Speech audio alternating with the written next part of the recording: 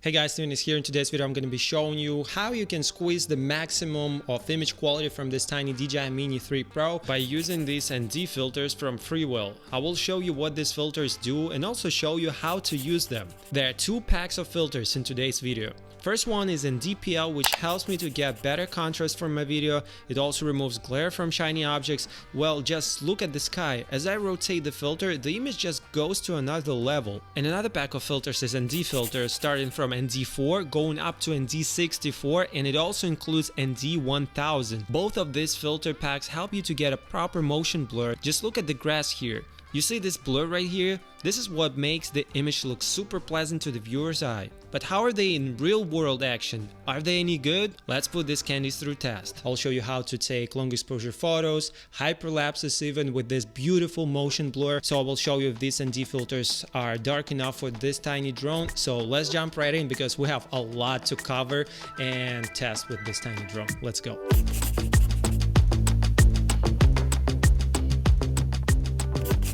If you're subscribed to my channel and you watch my videos regularly, you know I always struggle with birds. They attack me no matter what. I don't know, this drone is basically a bird magnet. That's why I want to install the filter, set up all the settings, take off and try to take some shots. We get a little bit wind here, so I hope it will not affect the stability of the drone. I go into manual settings.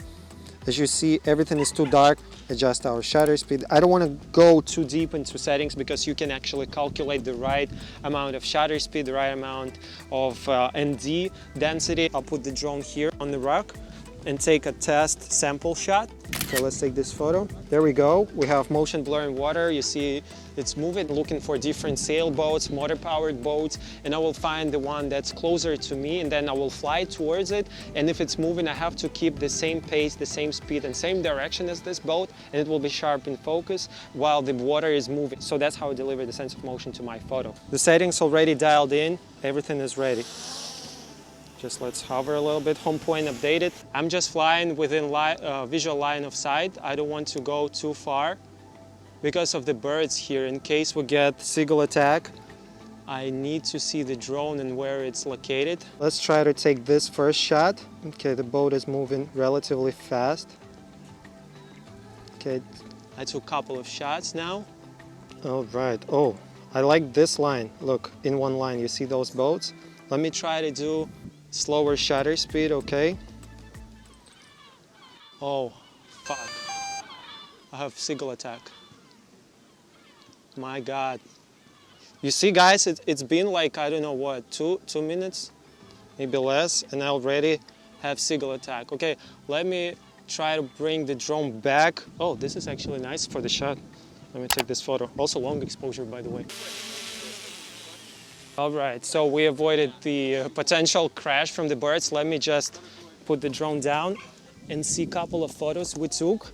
Please be there, please. Okay, so this first shot, actually everything is too blurred. You see, I was supposed to move in at the same pace as the boat is moving. This one, I started to move in the same direction as the boat, so we get more at the same pace. The boats up front, you see like they go in straight lines, so it's like leading lines, looks decent. I think it looks good, but I want to take a photo of a bigger subject. I want to be really close to a boat or something, and I want it to be moving, so I really want to deliver the sense of speed in my photo. But the main problem for me is the birds. They have no fear of the drone. They just go and attack, going right straight into propellers, making me super nervous, and I'm not sure if it's the same for you guys. Let me know how's the drone situation by your location. Do you have similar problems that the drone is basically acting like bird magnet or not? Let me know down in the comments. 27% battery left. I don't know, I really hate the battery life on this drone. Probably the only downside I see right now on this drone is the battery life. They have extremely aggressive seagulls. I hate them so much, man. Please leave your likes. Guys, I promise you, every like you leave, it's like -1 seagull in the world. Let's make this world better. This sounds wrong. 1 like a day keeps the seagull away. So yeah, do the drill. Please subscribe to the channel, leave your likes and leave your comments as well. So the drone ran out of battery and now I'm charging it through a power bank. You see, works pretty fast. It's already at 3 dots. It was at 1 only. And while waiting, we took some fresh watermelon juice. Can't go wrong with it. So in this shot, I'm using ND32 and ND64. As you can see, I have beautiful motion blur, and I decided to film in regular motion, and then I decided to use slow motion as well. Shot it in 60 frames per second. As you can see, the image is beautiful, D-scene-like. I don't see color shift here because these are straight ND filters. They don't have any polarization to them, just beautiful representation of color. I can color grade it as much as I want. And then I put ND1000 back on the drone again and decided to do more long exposure photos. As much as I love them, I just decided, well, I want more. So here it is, the long exposure shots. I really do love the way the water looks. It's just like silky smooth, this motion blur. I don't know, I think it looks amazing. Let me know what you think down in the comments. And I wanted the boat to be in focus, but the water to be blurred. Well, here I have the opposite of that. Basically, the boats are moving. You can see the sense of speed, the sense of like this motion blur in the image because the boats are blurred a little bit. I did not expect to get this kind of image from this drone. I'm actually super happy that I decided to test out the photos because up until now I used it only for videos. And then the battery drained again, so I used again the power bank to power it up. Okay, please, birds.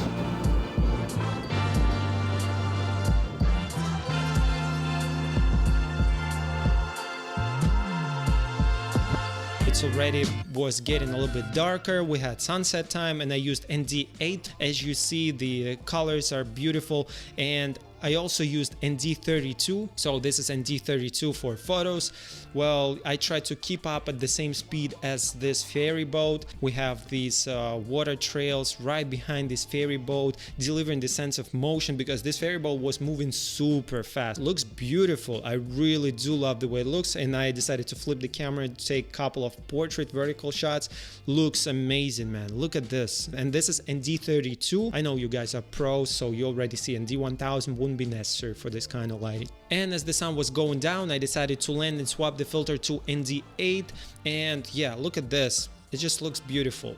I really love the way it looks. No color shift also here because these are straight ND filters. Well, you guys see for yourself. Actually just seeing it for the first time right now with you guys because I just shot it, uploaded to computer. You guys basically seeing it with me for the first time. Now talking hyperlapses and time lapses, look at this motion blur. It just looks beautiful. You see how the cars are moving, and I think it's a really awesome way just to deliver the sense of motion, the sense of speed to a viewer. This is what sets it apart between, you know, if you take hyperlapses with your regular iPhone or you take it with the drone, you attach this filter and you have this beautiful motion blur. This helps to bring your hyperlapse to another level. Always make sure to shoot raw hyperlapses in raw photos. If you do not know how to film it and you do not know how to edit it in post, I have a special video dedicated to that. Please make sure to watch it. It's very good for beginners. And today DJI announced the new firmware update. Now you can take not only horizontal hyperlapse, you can also rotate your camera